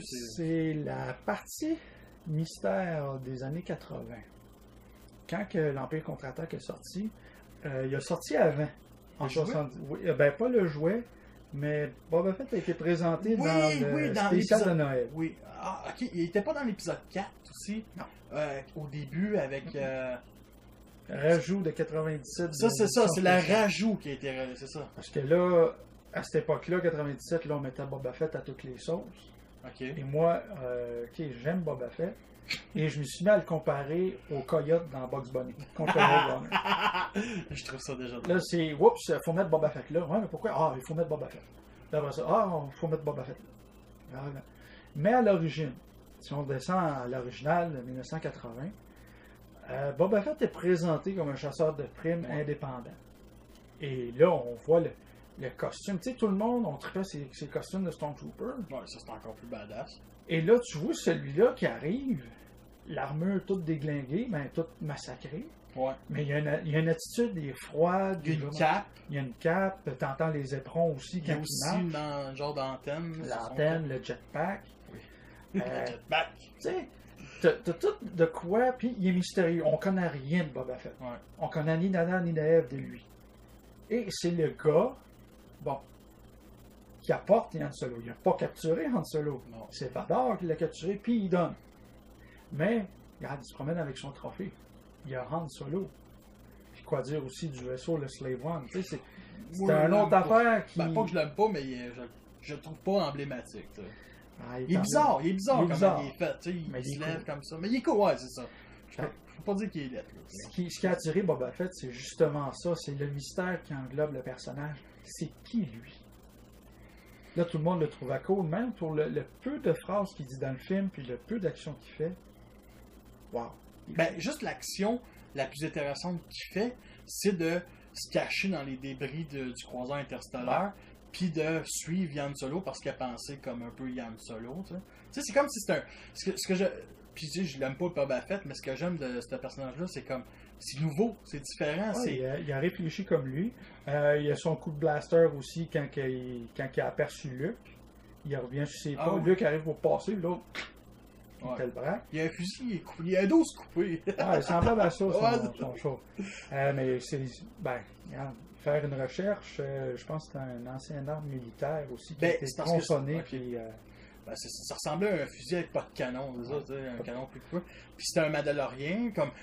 On découvre un peu plus son origine, justement, dans l'épisode 2. Toi, qu'est-ce que tu as pensé qui donne des réponses à ça? Tu veux-tu qu'il garde le côté mystérieux ou... Parce que moi, quand j'ai vu dans l'épisode 2, je m'en foutais. Je m'en fous de Boba Fett, je m'en foutais dans l'épisode 2. Moi, ça faisait plus longtemps que ça que ma vision avait comme... Ouais, on a trop voulu étaler la sauce Boba Fett. Moi, Boba Fett, c'était un gars qui était froid et calculateur. Et directement dans l'émission, dans les spéciales éditions, on rend Boba Fett à l'emploi de Jabba the Hutt. Okay. Et moi, je le trouvais comme mercenaire. Lui, il prend un contrat. OK, Jabba, il va te donner le temps, tu y vas. Et là, ce n'était pas le cas. On dirait que c'était un employé de de Jabba the Hutt. Et la fois aussi, quand il y a les danseuses, il passe à côté de l'une, puis il passe le doigt en dessous du menton en fille. Ça montre le côté un peu plus humain sans... Ouais, il y a ça. Tu sais, c'est comme si c'était un... Croiseur de ses dames. Oui, puis en même temps, c'est comme si on nous enlevait le côté mystérieux de Boba Fett. Ouais, c'est ça. Moi, c'est ce que j'ai pas aimé. Il est à froid et calculateur dans les autres versions. Ouais. Je vais juste prendre une petite parenthèse. Penses-tu que c'est un peu, pour rapport avec Transformers, c'est un genre de Shockwave ou Sunwave? Shockwave est un peu calculateur. Je le verrais plus comme... Si on ferait une comparaison Boba Fett Shockwave, je le vois plus comme Shockwave. Ok, parce que plus que Sunwave, c'est ça. Mais tu sais, parce que je peux pas... Je sais pas s'il y a des Transformers qui est plus mystérieux que ça, parce qu'il y en a pas qui vient, mais à part Shockwave, il y en a aucun qui me vient à l'esprit, sérieux. C'est une bonne comparaison. Moi, je trouve que oui, il ressemble plus à Shockwave, parce que Shockwave, je le vois qui est calculateur. C'est ça, froid. Il est froid et il calcule toujours ses affaires. Il y a toujours un backup pour se ressortir et Boba Fett est pareil. À part quand il se fait dans l'épisode Dans le retour du Jedi. Quand il se fait. Ouais, Boba Fett est où? Juste derrière toi. Non, vraiment, c'est une bad luck. Tu t'entends vraiment son cri de la mort comme. Ouais. Non, c'est vraiment. C'est une bad luck. Ouais. Même si tu peux être le plus grand guerrier, le plus gros fighter, puis le mieux armé, puis une connerie comme ça peut arriver. Penses-tu que, juste pour avant de conclure, Boba Fett aurait peut-être dû mourir par les mains de Han Solo à la fin du film, tu sais, le faire survivre à ça, puis le remonter plus vers la fin, être avec les Stormtroopers, comme un sous-boss final dans le retour vers le Jedi? Non. Je pense que pour l'avoir fait disparaître, ok. Assez rapidement, tu sais. Ils ont décidé, ok, son utilité vraiment était comme limitée. C'est un chasseur de primes. C'est ça. Le gars est là juste pour voir sa proie. Il est encore à l'emploi de Jabba the Hutt. Ouais, c'est ça. Donc, on aurait pu même dire, ok, mais Boba Fett, on n'a pas dans Retour du Jedi. Oui, c'est vrai. Parce qu'on n'a pas besoin. Il a fait sa job. Mais là, on l'a gardé. Par popularité, je trouve aussi. Ouais. Il est vraiment cool. On lui a fait une mort, puis ça a été comme ça. Ben, je peux te dire, pour avoir rencontré l'acteur qui a fait Boba Fett. Celui qui fait, justement, l'acteur, c'est lui qui donne aussi la voix. Non. Ok. Ça, il fallait le dire comme Darth Vader un peu. C'est comme Darth Vader. Ok. Ça a été un Américain qui l'a fait. Maintenant, avec les éditions spéciales, c'est celui qui fait Jango Fett qui fait sa voix à Boba Fett. Ah, ben c'est sûr. Si tu veux garder la continuité que c'est un clone, c'est lui. Ouais, parce qu'on découvre que c'est un clone. Mais pour l'avoir rencontré, l'acteur, je te dirais que c'est la personne totalement différente du personnage. Il est vraiment cool. Écoute, j'ai soupé 2 fois avec lui. Parce que je fais partie de la 501. Ouais. Puis ça donne comme ça. Puis on en parlait justement de Boba Fett. Et lui-même, il est très surpris encore de la popularité après tout ce temps-là. Moi aussi, je suis comme, what the fuck? Il est comme, est-ce que vous avez des objets? Ouais, j'ai des figurines, j'ai des images, j'ai plein d'affaires de Boba Fett. Même un Boba Fett en Lego chez eux. Ouais. Puis, il est très... Par contre, une chose que j'avais pas aimé, là, juste avant de conclure, parce que ça fait 10 fois que je le dis, dans Star Wars 7, on nous a fait un genre de Boba Fett. Avec le capitaine Phasma, et oui. Qui tant qu'à moi, j'aime pas Boba Fett, je l'aime encore moins que Capitaine Phasma, parce qu'elle est pas trop utile, elle dit 2-3 quarts. Là-dessus, je vais dire ce que je pense. Ouais, dis-le donc, avec conclusion. C'est un personnage qu'ils ont surévalué pour surtout vendre des produits. Tout le monde l'a vu. Ah, il est flashy, les couleurs. C'est la fille qui joue dans Game of Thrones, je sais pas si tu l'écoutes. Elle est aussi grande que toi. Ouais, elle est grande apparemment. Oui. Et j'ai appris une mauvaise nouvelle. Peut-être des bonnes nouvelles pour les fans du Capitaine Phasma, mais apparemment qu'elle reviendra dans le 8. C'est ça que je trouve dommage. Et je trouve que c'est un flash. Ça n'a pas d'impact. Tu sais, elle fait sa grosse joie, là. Oh, tu veux venir reporter à moi, on va checker ton arme. Après ça, elle se fait planter vraiment, là, stupidement. Ben oui. Et Capitaine, c'est comme. Je sais pas, c'est supposé c'est un clin d'œil à l'ancienne trilogie. Puis une chose qui m'avait déçu, c'est qu'il y avait bien des fans que, tu sais, le fameux clone, pas clone, mais Stormtrooper avec son arme que Finn il se bat avec le sabre laser. Il y en a beaucoup qui auraient aimé ça, ces deux-là qui s'affrontent. Ouais, ça aurait été vraiment intéressant. Peut-être qu'à l'avenir, ils vont faire de quoi. Ben, sérieusement, moi, si on leur donne encore Captain Phasma 2, la même affaire, mets-la pas, là. Mets-la pas, tu sais, ça sert à rien. À un moment donné, c'est. Mais là, au moins qu'il y ait plus de. Tu sais, c'est quand même le capitaine, on va dire, le haut officier de l'armée avant qu'il Kylo puis des commandants. Les commandants nazis. Ouais. Fait que, tu sais, il y a quelque chose à faire avec ça. Mais quand j'ai vu ça dans le film, c'est comme, à la fin, quand on la voit, on va dire, disparaître, ça aurait pu n'importe qui. Stormtrooper. Ça aurait pu être n'importe qui. Tu sais, moi, je l'appelle le flashy armor. L'armure qui flash. L'armure, ouais, c'est vrai. Tout le monde l'a vu. Hey, puis tout le monde en parlait, genre 6 mois à l'avance, 1 an à l'avance quand ils l'ont vu. Hey, elle est cool, elle, check l'armure. Hey, elle a une cape en arrière, elle est en aluminium, puis ouais.